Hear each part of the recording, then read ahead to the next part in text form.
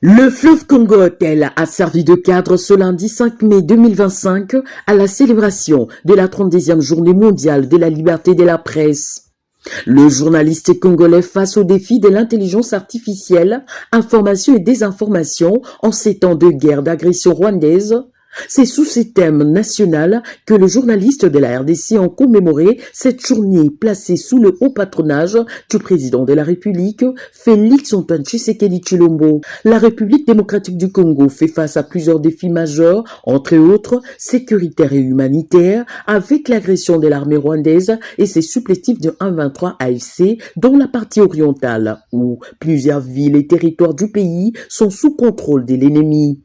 Le professeur Jacques-Tullier Sengekeli, rapporteur de l'Assemblée nationale et l'un des panélistes, a focalisé son intervention sur le droit à l'information et transformation à l'heure de l'intelligence artificielle vers une législation protectrice face à la désinformation. Nous avons été invités pour analyser l'impact de l'intelligence artificielle dans le processus de production de l'information, dans la question de la liberté d'information, mais surtout comment notre proposition de loi sur le droit d'accès à l'information peut être un mécanisme pour justement éviter la manipulation, ce qu'on appelle les deepfakes, qui, n'est-ce pas,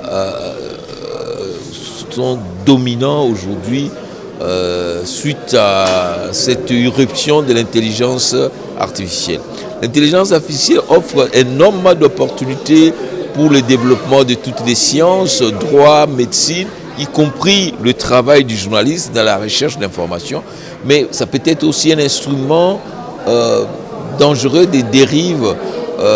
Voilà pourquoi il faut développer des mécanismes juridiques, des mécanismes administratifs pour lutter, n'est-ce pas, ou réguler ces domaines. Mais à la question de savoir comment contourner cette désinformation et quels sont les outils de régulation, le professeur Jacques Tullier répond. Nous estimons que la loi de droit qui fixe les principes fondamentaux au droit d'accès à l'information permettra aux journalistes d'accéder aux vraies sources.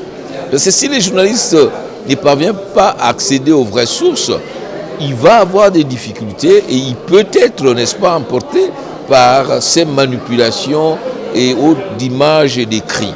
Donc, pour nous, le cœur du système, c'est les journalistes qui doivent maîtriser les outils informatiques, mais qui doivent aussi être formés à l'analyse critique pour comprendre que les automates de rédaction, les images générées ou falsifiées, par son sens critique, par sa professionnalisation, il peut, n'est-ce pas, lutter contre ces fake news ou ces deepfakes ou ces cyber-trucages. Certains analystes avertis pensent qu'avec la grande mutation qui connaît le monde grâce aux nouvelles technologies de l'information et de la communication, l'IA peut arriver à dépasser l'intelligence humaine.